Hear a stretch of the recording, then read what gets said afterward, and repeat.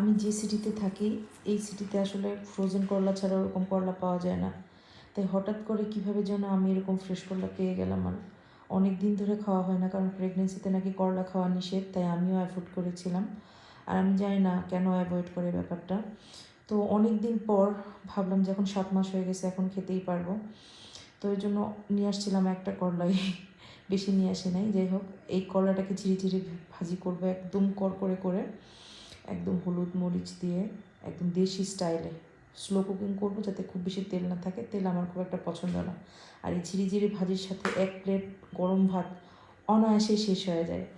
আমার করলা ভাজি খুব একটা পছন্দ না, তারপরেও কেন জানি আসলে প্রেগনেন্সি ক্র্যাভিং বলে কথা, হুট করে কেন যেন খুব খেতে ইচ্ছা করলো।